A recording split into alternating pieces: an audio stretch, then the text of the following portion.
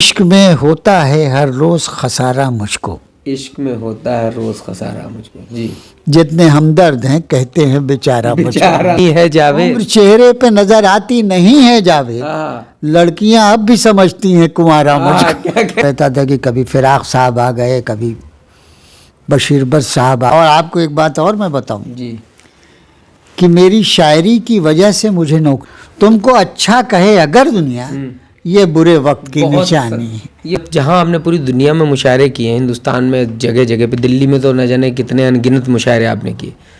ऐसा कौन सा आपको मुशायरा लगा जो आपका सबसे बेहतर मुशायरा?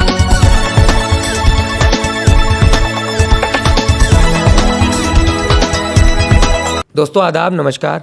आरजे खबर टीम आज एक आपके सामने ऐसे शायर से गुफ्तगू करने आई है जो हिंदुस्तान में नहीं पूरी दुनिया में मशहूर शायर हैं और उनके शेर युवाओं के साथ साथ बच्चे बूढ़े सभी उनके शेर पसंद करते हैं। और जब वो स्टेज पर शेर पढ़ते हैं तो लुत्फ़ अगर ना आए तो पैसे वापस वाली बात रहती है। क्या शानदार शायरी करते हैं। आप यूट्यूब चैनल पर जाएंगे और मलिक ज़ादा जावेद जहाँ लिखेंगे और फिर एक से एक शेर आपको मिलेंगे। जैसे मैं उनका एक शेर पढ़ना चाहता हूँ कि संभल कर चलिए रास्तों में बहुत, लोग मरते हैं हादसों में बहुत, एक दूजे से हैं खफा खफा सारे और खींचा तानी है शायरों में बहुत। बहुत अच्छे शायर व शायरी करते हैं।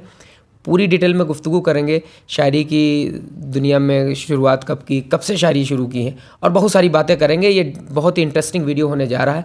आप सब लोग वीडियो के अंत तक ज़रूर जुड़ रहे हैं। सर सबसे पहले आपका बहुत बहुत स्वागत है, बहुत बहुत शुक्रिया कि आपने वक्त दिया। और सबसे पहला सवाल यही है, हमारे दर्शक सभी देख रहे हैं आपको, कि शायरी की दुनिया में जो आपने शुरुआत की शेर शायरी करना, ये कब से शुरू की और कैसे हुई? सबसे पहले तो आपका शुक्रिया, आपके चैनल का शुक्रिया कि आप इतनी तवालत तय करके मेरे गरीब खाने तक आए। और शायरी शुरू करने का जहाँ तक आपने कहा है, तो अब मेरे वालिद साहब जो थे प्रोफेसर मलिक ज़ादा मंजूर अहमद, वो एक बड़े शायर थे, बड़े नाज़िम मुशायरत थे और लखनऊ यूनिवर्सिटी में प्रोफेसर थे। इसके अलावा उर्दू एकेडमी के अध्यक्ष उत्तर प्रदेश के थे। तो बचपन से ही हमारे घर शोरा, बड़े बड़े शोरा का आना जाना ये सिलसिला रहा। और उस ज़माने में तो हमारा बस यही काम रहता था कि कभी फिराक साहब आ गए, कभी बशीर बट साहब आ गए, कभी वसीम बरेलवी साहब आ गए, मतलब बड़े बड़े जो उस ज़माने के कै भोपाली साहब आ गए, बड़े बड़े शायर जो बड़े बड़े शोरा उस ज़माने में मशहूर थे। वो जब आते थे तो उनकी ज़ियाफ़त, उनकी मेहमान नवाजी वगैरह का, चाय वाय लगाने का जिम्मा हमारे सर होता था कि भाई चाय ज़रा सा देखो भाई, चाय फला साहब आए, फला साहब आए, फला साहब। तो मुझे ये अंदर से एहसास होता था कि यार ये जो आए हैं कितने बड़े आदमी हैं, कितनी इज्जत है, पूरी दुनिया में शायरी के हवाले से जाने पहचाने जाते हैं। तो एक दिल में एक तमन्ना जागी कि हमें भी शायरी करना चाहिए ताकि हमारी भी कुछ कदर कीमत बढ़े और इस तरीके से हो। लेकिन मेरे वालिद साहब जो थे वो चाह रहे थे कि पहले मैं अपनी ज़िंदगी को देखूं, अच्छा, कहीं इस्टेब्लिश हो जाऊं, उसके बाद फिर कुछ करूं।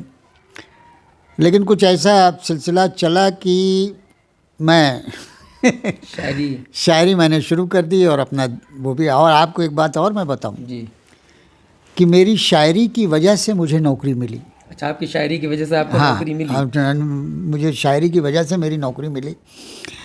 वजह यह थी कि एक साहब थे, एक IAS ऑफिसर थे, वो शायर थे, उनका नाम है अनीस अंसारी साहब। अच्छा। तो अनीस अंसारी साहब जो थे वो मुशायरे और नशिस्तों वगैरह में, और मेरी क़ुर्बत उनसे हो गई। तो अक्सर ये होता था कि वो अपने घर पर या कहीं मुझे शहर में मिल जाते थे नशिस्तों में। तो एक दिन उन्होंने गुफ्तगू के दौरान कहा कि भाई क्या कर रहे हो? हमने कहा सर मैं तो PhD कर रहा हूँ लखनऊ यूनिवर्सिटी में, और वहाँ पर क्या बोलते हैं जी PhD कर रहा हूँ और अब 3 साल तक मैं PhD करूँ, उसके बाद फिर कहीं इस्टेब्लिश होने का मौका मुझे मिलेगा।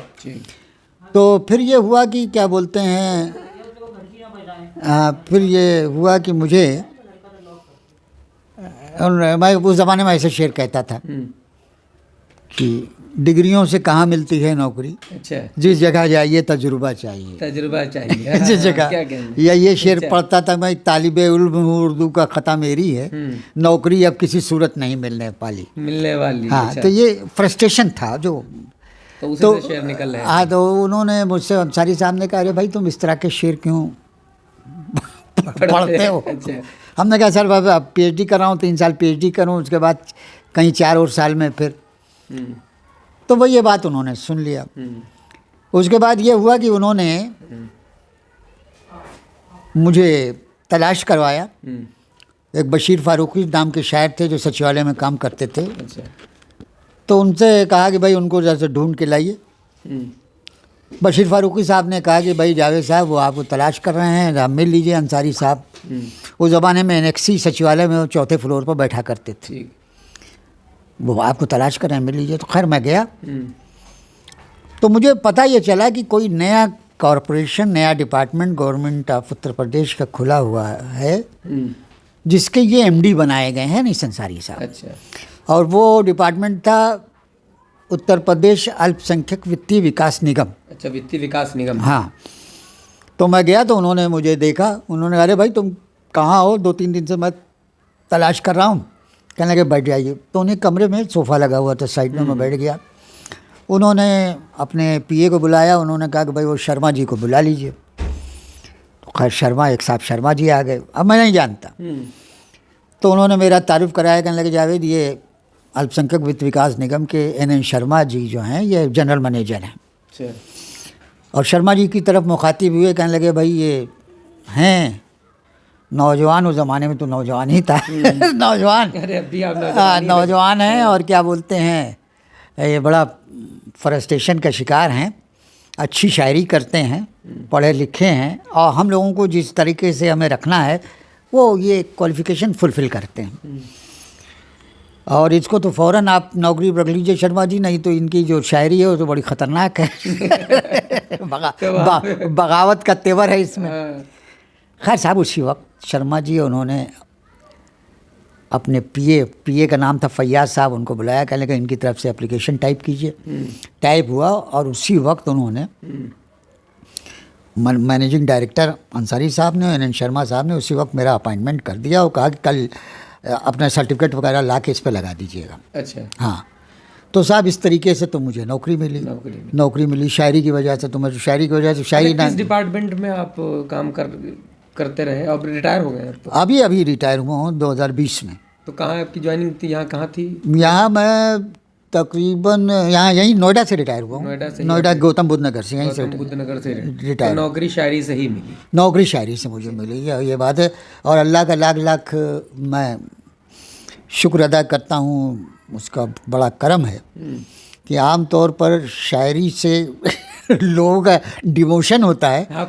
हमारा प्रमोशन हुआ, हम नौकरी में आया। हाँ ये। अच्छा, कुछ ऐसे शेर जैसे आप जो शेर कहते हैं वो दौर के ऊपर कहते हैं। कोई जैसे फुटपाथ से मुझको खरीदो, मैंने आपका एक शेर पढ़ा सुना भी है। फुटपाथ से मुझको खरीदो। हाँ। किसी फुटपाथ से मुझको खरीदो। हाँ। मेरी शोरूम में कीमत बहुत। कपड़ों के लिए आप ये शेर कह रहे हैं? हाँ, मेरी शोरूम में कीमत बहुत। हाँ।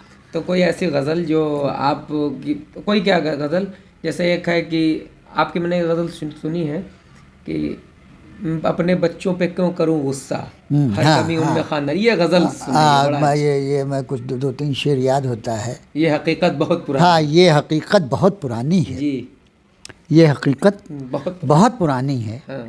दिल मोहब्बत की राजधानी है। क्या कहना, दिल मोहब्बत की राजधानी है। अपने बच्चों पे क्यों करूं गुस्सा, अपने बच्चों पे क्यों करूं गुस्सा, हर कमी उनमें ख़ानदानी है। ये शेर है। हर कमी उनको में ख़ानदानी है। दोस्तों, आज का मेरे दोस्त, मेरे अजीज़ ज़फ़र कलीम साहब, आज का दौर ये है कि ये दुनिया 1 मिनट में आसमान पर किसी को बिठाती है, दूसरी मिनट में वो ज़मीन पर उतार देती है। तो ये बात कहने की कोशिश की है कि तुमको अच्छा कहे अगर दुनिया, तुमको अच्छा कहे अगर दुनिया, ये बुरे वक्त की निशानी है। ये बहुत आले दर्जे का ये बुरे वक्त की निशानी। अच्छा कहे अगर दुनिया, ये बुरे वक्त की, ये बुरे वक्त की निशानी है। जैसे कि शेर पे बहुत सारे लोग कहते हैं, बहुत सारे लोगों ने कहा कि तुमको अच्छा कहे अगर बुरे वक्त की निशानी कैसी है? इसका अगर सेंस देखा जाए तो ये बहुत बड़ी बात इस शेर में है सर। नहीं, वो इसका सेंस ये है कि हमने बहुत से लोगों को देखा कि बहुत से लोग ऐसे हैं जो आसमान पर अपनी शोहरत, अपने कारनामों की वजह से चले जाते हैं और उनकी शोहरत बहुत जल्दी हो जाती है। लेकिन कोई ऐसी उनकी ज़िंदगी में ऐसी घटना घटित हो जाती है, ऐसी बात हो जाती है कि वो 1 मिनट में आसमान से ज़मीन पर आ जाते हैं। बहुत सी मिसालें हैं ऐसी हमारे यहाँ कि बहुत बुलंदी पहुँच गई, आसमान पर पहुँच गया कोई भी शख्स किसी भी फील्ड में, और उसके बाद फिर मंजर से उछल हो जाता है किसी न किसी वजह से, किसी न किसी कारण की वजह से। तो ये बात उसी में कही कि तुमको अच्छा कहे अगर दे, ये बुरे वक्त की निशानी है कि अपना दिमाग सही रखना, ज़्यादा बुलंदी पर उड़ना नहीं। समझे? अच्छा, जैसे सर एक सवाल ये है कि बहुत सारे लोग ये बात कहते हैं, आपने सैकड़ों मुशायरे किए, पूरी दुनिया में किए। अभी जब जहाँ आपने पूरी दुनिया में मुशायरे किए, हिंदुस्तान में जगह जगह पे, दिल्ली में तो न जाने कितने अनगिनत मुशायरे आपने किए, ऐसा कौन सा आपको मुशायरा लगा जो आपका सबसे बेहतर मुशायरा गया? मतलब देखिए, मैं ऐसा इस सिलसिले में ये कहूँ कि मैं तो ज़्यादा कई मुल्कों, अमेरिका में गया, गल्फ़ गया, समझे, पूरा गल्फ़ छाना हुआ, अमेरिका छाना हुआ। उसके बाद एक बात और मैं भी बताऊँ, मेरी शायरी की वजह से मुझे उम्र भी अल्लाह मियाँ ने कराया। शायरी की वजह से? शायरी की वजह से। अच्छा। वजह ये है कि क्या बोलते हैं, मैं जब शायरी में, मुशायरों में आना जाने लगा तो एक साहब हैं जो सेक्रेटरी थे इंडियन एम्बेसी के। Indian embassy? हाँ। उनका फ़ोन आया सऊदी अरब से कि मैं रियाद से बोल रहा हूँ, मेरा नाम हिफ्जुर रहमान है जी, और हम लोग मुशायरा करते हैं यहाँ पर इंडियन एम्बेसी की तरफ से हर साल। इस साल आपको आना है, और आपको ये भी बताता चलूँ कि जो शायर हमारे यहाँ मुशायरा पढ़ते हैं, हम लोग यानी इंडियन एम्बेसी वाले उसको उम्रा भी कराते हैं। अच्छा, उम्रा भी कराते हैं? हाँ। तो साहब जाहिर है कि मेरे यहाँ तो वो रहा, मैं फ़ौरन उनका अपना पासपोर्ट की कॉपी वॉपी भेजिए, मैंने फ़ौरन भेज दिया। और अल्लाह ताला की बड़ी मेहरबानी, उसका हमारे जैसे गुनाहगार आदमी को उसने बुला लिया और मैं गया, उम्रा भी किया, और शायरी की वजह से उम्रा भी, मतलब मुझे नौकरी भी शायरी की वजह से मिल गई, उम्र की वजह से, शायरी की वजह। अच्छा, जैसे मैंने अभी पूछा था कि आपको सबसे अच्छा मुशायरा कहाँ का लगा, जहाँ लगा हो कि हाँ ये मुशायरा? देखिए, मुशायरा अच्छे बुरे के मामला जो है वो छोटे बड़े मुशायरे से होता है। ठीक है, हिंदुस्तान में बहुत से मुशायरे पढ़ते हैं, हिंदुस्तान के बाहर भी पढ़ा मैंने। हिंदुस्तान के बाहर का अब जो मामला है कि हिंदुस्तान से बाहर जो हिंदुस्तान या पाकिस्तान या इधर उधर से जो उर्दू नोइंग आदमी है या हिंदी नोइंग आदमी है, उन लोगों को वहाँ क्या बोलते हैं, इंटरटेनमेंट के नाम पर ये मुशायरे और कल्चरल प्रोग्राम है, यानी कोई गज़ल होते रहते, आए दिन होते रहते हैं। तो उस हवाले से वहाँ लोग बड़े शौक़ से सुनते हैं। हाँ, पता चला कि जैसे कोई वो है, वो पूरी फैमिली के साथ आ रहे हैं, बेटा बड़ा अच्छा माहौल होता है।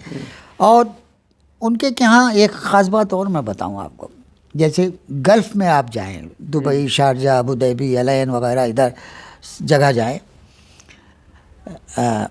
तो एक ख़ास बात, अभी मैं कतर भी गया था, एक ख़ास बात ये भी है कि वहाँ वो तबका गया है हिंदुस्तान से ज़्यादातर 80% जो लेबर क्लास है। लेबर क्लास, ठीक है।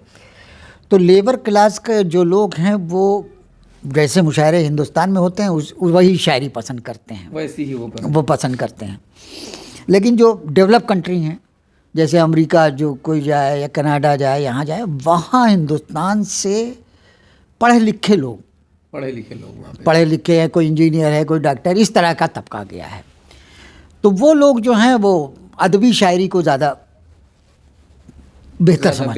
हाँ, तो ये है, तो थोड़ा सा फ़र्क है दोनों जगह में कि अमेरिका वगैरह में ज़्यादा क्राउड जो है, पब्लिक ज़्यादा मोहब्बत कहाँ करती है? हर जगह करती है, हर जगह। आपने हिंदुस्तान में कहाँ सब कहीं मुशायरे पढ़े? मैंने बहुत सारे, तकरीबन सारे स्टेट में पढ़े हैं। सारे स्टेट में पढ़े। बम्बई वगैरह में आप कहाँ गए हैं? दुबई में गए, अबू धाबी, अलैन, शारजा, समझे, दोहा कतर, और क्या बोलते हैं, अमेरिका में गया मैं, वहाँ से डेलस गया, ह्यूस्टन गया, सेंट एंटोनियो गया, और न्यूयॉर्क गया, न्यू जर्सी गया, और शिकागो गया। बहुत सारी कंट्रीज़ आप गए हैं। हाँ, मुशायरा पढ़ने के लिए।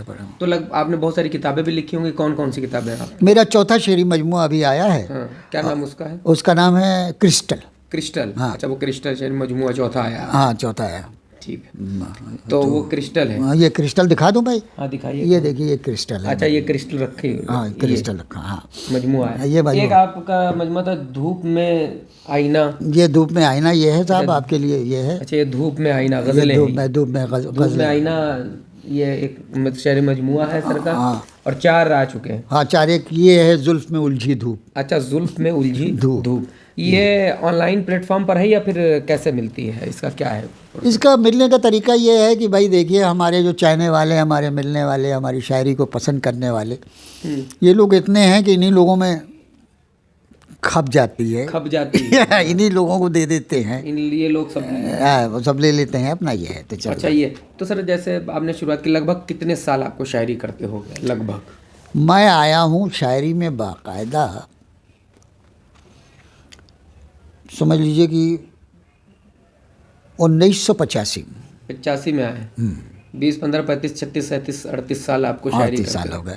और आपको मैं ये भी बता दूं कि इस अहद का, इस दौर का शायद ही कोई बड़ा शायर हो जिसके साथ मैं स्टेज शेयर ना किया हो, जिसके साथ हमने मुशायरा ना पढ़ा हो। कोई भी ऐसा शायर नहीं? मैं कोई ऐसा नहीं, जैसे पाकिस्तान के जॉन एलिया के साथ। अच्छा, जॉन एलिया से आपसे मुलाकात हुई? अरे उनके जश्न में मैं हिंदुस्तान से गया था भाई। अच्छा, दुबई जश्न में वहाँ? हाँ, जॉन एलिया के जश्न में मैं गया था, सबसे कम उम्र में ही था जब मैं वहाँ गया था। अच्छा, वो एक मुशायरे में, कब से कम उम्र में आप मुशायरे में निजामत कर रहे थे, मैंने देखा था वो मुशायरा। हाँ, तो वो कि आपने वो शायरी पढ़ी थी वहाँ? हाँ, तो मैं तो जॉन एलिया के साथ मैं पढ़ चुका हूँ। और क्या बोलते हैं, कोई बड़ा नाम आप बताएं, मतलब बशीर बट साहब, और हिंदुस्तान के तकरीबन तमाम, फिराक साहब के साथ मैं पढ़ चुका हूँ। फिराक साहब के साथ भी सब? फिराक साहब के साथ मैं पढ़ चुका हूँ। ज़ेर निज़ामत तो बहुत सारे करते हैं। हर दौर में निज़ामत करने वाले नए नए आते रहते हैं, और वो कोई ना कोई परचम ज़रूर ले रहा था। जैसे आपके वालिद मोहतरम मलिदा मंजूर साहब थे, क्या शानदार निज़ामत करते थे। उनकी अगर पुराने वीडियोज़ यूट्यूब पर देखे जाएँ तो बहुत अच्छी निज़ामत करते थे वो। लेकिन और बहुत से निज़ामत करने वाले आए इस टाइम।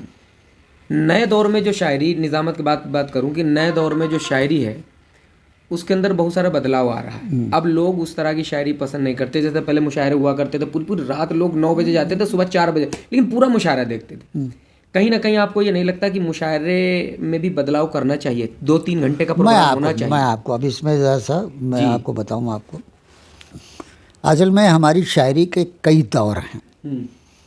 पहला दौर जो है क्लासिकल शायरी का था, जिसमें पुराने असातिज़ा उस्ताद शायर दाग देलवी, मीर तकी मीर। आपके उस्ताद, आपके वालिद मोहतरम? हाँ, मेरे वालिद साहब थे।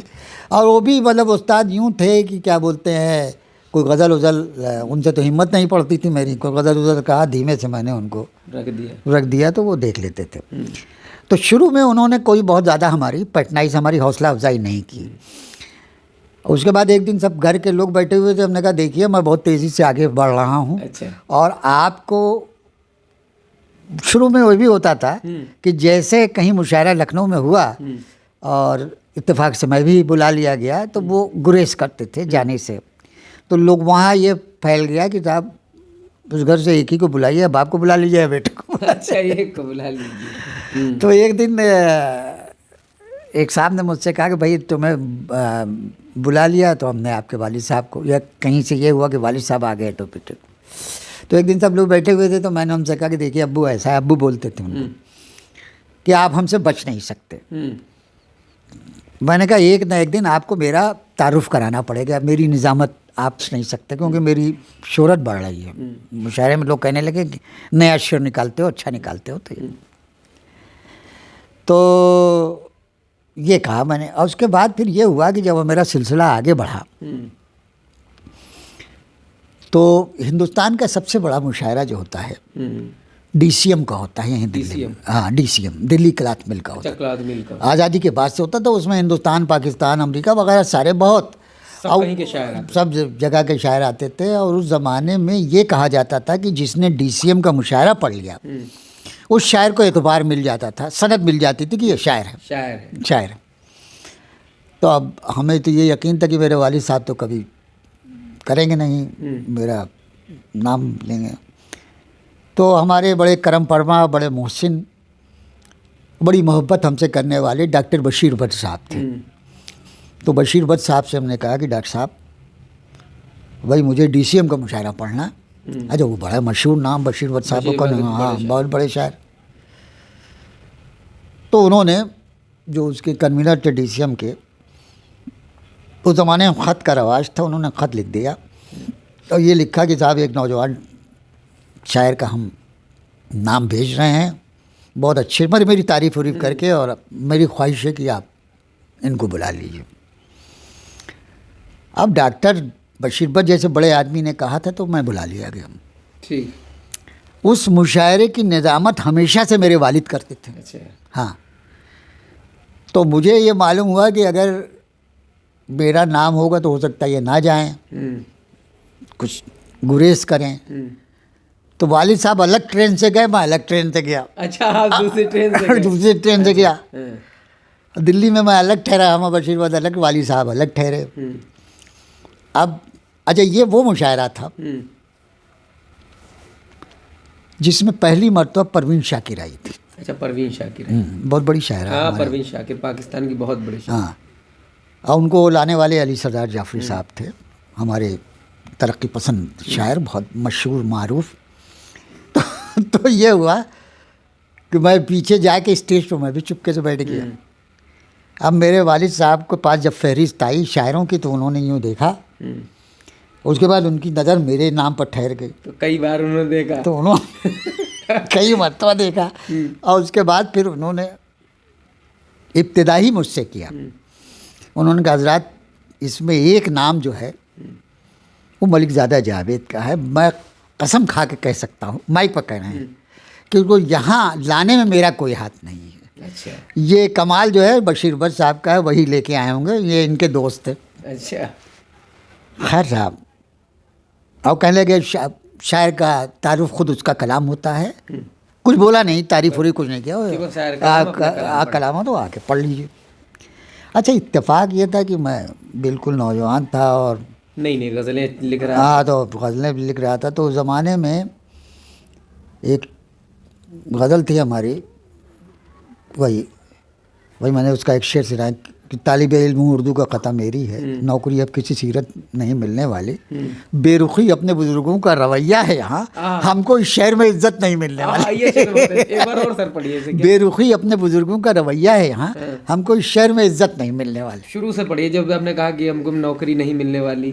तालिब इल्म उर्दू का ख़ता मेरी है, नौकरी अब किसी सूरत नहीं मिलने वाली। हाँ, आगे ये जो शेर पढ़ा था? हाँ, ये वो शेर ये था कि बेरुखी अपने बुजुर्गों का रवैया है यहाँ, हमको इस शहर में इज्जत नहीं मिलने वाली। समझे?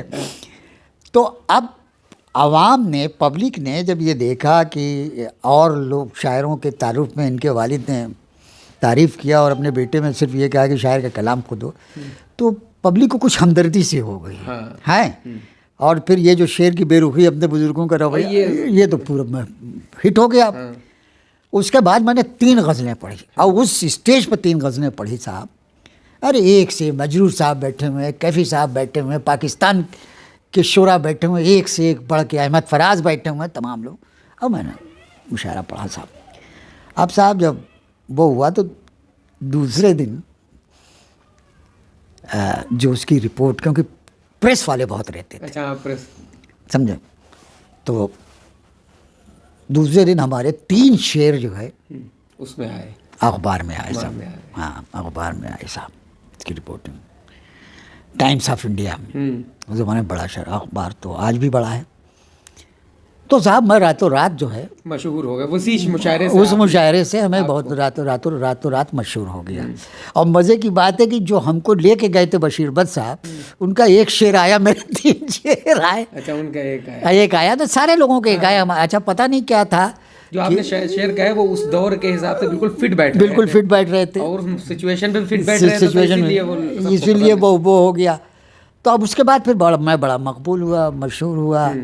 उसके बाद अल्लाह का लाख लाख शुक्र है। ये बात मैं दावे के साथ कह रहा हूँ, बड़ी जिम्मेदारी के साथ आपके चैनल पर कह रहा हूँ कि उस ज़माने में अगर हिंदुस्तान में इतना बड़ा नाम मेरे वालिद का था कि अगर हिंदुस्तान में 10 मुशायरे हुए या 100 मुशायरे हुए, तो 100 मुशायरे अगर हुए तो 10 मुशायरे की लिस्ट मेरे घर पर बनती थी। हाँ, लेकिन पूरा हिंदुस्तान में कोई ये बात नहीं कह सकता कि मेरे वालिद प्रोफेसर मलिक ज़ादा मंजूर अहमद ने अपने बेटे को रिकमेंड किया हो। कभी भी नाम नहीं लिस्ट में नहीं। हाँ, कभी भी नहीं। रिकमेंड नहीं किया। नहीं रिकमेंड, वजह ये है, ऐसे नहीं है, उनका पुराने लोगों का मिजाज होता है। अब जिस ज़माने में मैं कर रहा था उर्दू में, तो बड़ी दिलचस्प बात हुई कि एक कॉपी जो है एक प्रोफेसर थे नूरुल हसन हाशमी साहब, उनके के यहाँ गई। तो मैंने डरते डरते वालिद साहब से कहा कि साहब उनके के यहाँ गई है, और वो नंबर ऐसे स्टूडेंट को देते हैं कि लगता है जेब से पैसा दे रहे हों, तो ज़रा सा आप कह दीजिए तो मैं टैप कर जाऊँगा। वालिद साहब ने नहीं कहा। तो उन्होंने नहीं कहा? नहीं, उन्होंने कहा नहीं, मैं ये कह नहीं सकता। रूल रेगुलेशन के बहुत पाबंद। अरे बहुत पढ़ रहे हैं कि मैं मेरे बेटे का नंबर बढ़ा दीजिए, समझे, मैं कह नहीं सकता। तो साहब उनका जो कुछ पुराने लोग थे, उनके कुछ उसूल होते थे, वो कभी भी मेयार से गिर के समझौता नहीं करते थे, समझे, किसी गलत बात की तायीद नहीं करते। जैसे मैंने जो बात अभी बीच में कही थी कि मुशायरा, जो बदलाव मुशायरे में नहीं हुआ। हाँ, मैं आपको बताऊँ बदलाव बारे में। जी देखिए, एक ज़माने में जब शायरी होती थी, क्लासिकल शायरी होती थी, मतलब वो शायरी जो है महबूबा के इर्द गिर्द नाचती थी। औरत की तारीफ़, गज़ल का लफ्ज़ी माने है औरत की तारीफ़ करना, समझे, हुस्न की तारीफ़, औरत की तारीफ़ करना, माशूक़ा की तारीफ़ करना, यही आदत है। तो वो हुआ करती थी। तो सैकड़ों शायर हुए उस लबो लहजे के। उसके बाद फिर जो है वो तरक्की पसंदी आ गई, प्रोग्रेसिव आ गए, प्रोग्रेसिव शायर आ गए, जिनका बड़ा कंट्रीब्यूशन है। उन्होंने अपनी शायरी के बल पर हिंदुस्तान की आज़ादी की लड़ाई लड़ी, अपनी तहरीरों, इनकलाबी शायरी, तहरीरी तौर पर, चाहे नस्र निगारी हो, प्रोज हो या पोइट्री, सब ने बड़ा काम किया। और जो आज़ादी के दीवाने थे, आज़ादी के मतवाले, उनमें जोश और जुनून पैदा किया। वो शायरी वो बहुत, उसमें बड़े बड़े शायर हुए, फैज़ अहमद फैज़ हुए, साहिल उद्यानवी हुए, अरे पूरा एक वो है। फिर उसके बाद जदीद आया, नया। जिद्दत का मतलब ये कि अब लोग बात करने लगे अपने घर की, अपने महल्ले की, जो गिरदोपेश में वाक़यात होने वाली है, हो रहा है वो, उसके बाद समाज की, सियासत की जो कमियां हैं, जो वो सब शुरू कर दिया लोगों। तो वो जो है वो जदीद शायरी जो आज तक चल रही है। उसके बाद फिर आ गई माबाद जदीदियत। क्या जदीदियत? पोस्ट। हाँ, माबाद यानी उसके बाद की शायरी, जद्दत के बाद की शायरी, उसके बाद की शायरी, वो भी जिद्दत की एक शक्ल है, लेकिन थोड़ी सी मॉडर्न, और ज़्यादा मॉडर्न है। उस एक ज़माने में ये भी था कि एक तहजीब थी मुशायरे की। तहजीब मुशायरे की ये थी कि आप जब मुशायरे के स्टेज पर जाते थे, कुर्ता पजामा हो, शेरवानी हो, टोपी हो, समझे, और जिद्दत शायरी हो गई, तो लोग फिर जीन्स भी पहनने लगे, टी शर्ट भी पहनने लगे, वगैरह वगैरह, ये सब होने लगा। तो कपड़ों भी बदले, शायरी भी बदली, और जो लोग जो थे उनको ये लगा कि अरे ये लड़का तो हमारे दिल की बात कर रहा है, ये मैंने कल देखा था, ऐसा ही होता है हमारे महल्ले में, मतलब जो हो रहा है उस पे ही बात होने, उसी पे बात होने, शायरी पे बात होने लगी। अब लोग जो हैं ख्वाबों ख्यालों में नहीं कि महबूबा की तारीफ़ कर रहे हैं, अब मुबालगा आराई से बता रहे हैं कि मेरे महबूब जो है चांद है और ताजमहल है, और क्या, वो चीज़ नहीं रही अब दौर के हिसाब से। अब लोग, क्योंकि लोग चाहते हैं कि वो सच्ची बात हो जो हमारे दिल को छुए, जो दिल को छुए। हाँ, और कुछ लोग अब भी बचे हुए हैं जो वही पुरानी शायरी को पसंद करते हैं, लेकिन उनकी उम्र बहुत ज़्यादा है वो पुरानी शायरी। अच्छा सर, जैसे मैं हमेशा बहुत दिनों से ही बात करता हूँ शायरी के बारे में कि जिस तरह वक्त के साथ बहुत सारे बदलाव हुए, शायरी में बदलाव हुए, लेकिन मुशायरों के जो एक डिस्टेंस है, मुशायरों का एक टाइम है ना, 6 से 8 घंटे, 6 घंटे, 7 घंटे, कहीं ना कहीं ऐसा नहीं हो सकता कि शायरों को ये ऑर्गेनाइज़र को ये करना चाहिए कि 3 घंटे का फिक्स मुशायरा कर दिया जाए। ऐसा करके देखना नहीं चाहिए, जिससे कि लोगों के पास वक्त तो इस वक्त में है नहीं। नहीं, अब चेंजेस हो रहे हैं, मैं आपको बताऊँ। चेंजेस ये हैं कि बहुत सी जगह पर हॉल में अगर मुशायरा हो रहा है तो हॉल का एक टाइम है, ठीक है, समझे, और वो टाइम ये है कि साहब 7 बजे शुरू, 12 बजे तक हमारा हॉल आप अवेलेबल है। हाँ, 12 बजे तक आप मुशायरा ख़त्म कर लीजिए, उसके बाद होगा तो आपको 2 दिन का पैसा लग जाएगा। तो लोग ये कोशिश करते हैं कि 11:30 12 बजे तक कर लें। एक तो ये बात है। जिन लोगों की अपनी जगह है वो लोग भी जो हैं वो भी अब ये कोशिश करने लगे हैं कि भाई अब सवेरे 4 बजे तक कौन जागे, समझे, 3 बजे तक कौन जागे। उनकी ज़िंदगी सेट है कि इतने बजे आना है, इतने बजे बैठना है, इतने बजे फैमिली को देना है, इतने बजे खाना खाना है, इतने बजे तक सो जाना है। तो इसलिए वो भी टाइम को रिड्यूस कम कर रहे हैं, काम को। अच्छा, आप एक बात और आपकी चैनल से बहुत जिम्मेदारी के साथ कह रहा हूँ मैं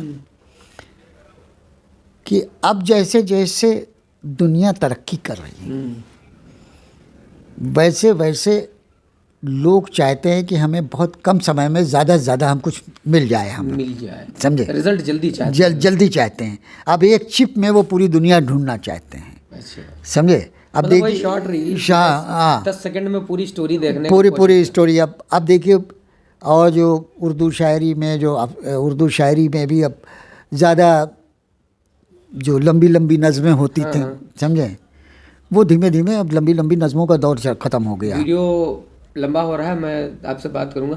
आपके पुराने शायर बहुत, तो जैसे आज से 20 साल पीछे चले जाइए, 30 साल पीछे चले, आपके उस समय आपके सबसे मशहूर, आपके पसंदीदा शायर कौन हुआ करते थे? मेरे सबसे ज़्यादा पसंदीदा शायर डॉक्टर बशीर बद्र साहब, बशीर बद्र साहब रहे। अच्छा। और हमारे यहाँ लखनऊ में बहुत से लोग हैं, जैसे मैं उनका नाम ख़ास तौर से लेना चाहता हूँ, कृष्ण बिहारी नूर साहब। कृष्ण बिहारी नूर साहब थे, वह कमाल वाली आसी साहब थे, समझे, कै भोपाली साहब थे।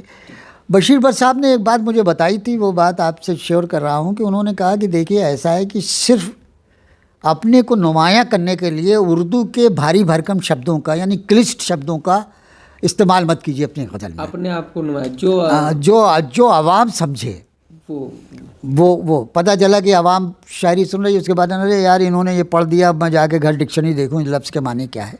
आप जो शायरी करते थे या करते भी हैं, जो आप करके आए हैं, आपकी जो शायरी है उसमें बहुत ज़्यादा भारी भरकम शब्दों का इस्तेमाल नहीं है, जानबूझ के। और आपने दुनियावी उसको आसानी से लोग समझते हैं, इसीलिए बहुत मशहूर है आपकी शायरी। इसीलिए हमारे जैसे बहुत से लोग बहुत मशहूर हैं। अच्छा, इस वक्त में जो 2022-23 चल रहा है, 23 से 2023 चल रहा है, इस वक्त जो युवा शायर हैं उनमें से आपको कौन अच्छा शायर पसंद है? देखिए ऐसा है, मैं ये बात बड़ी अजीबोगरीब करने जा रहा हूँ जी,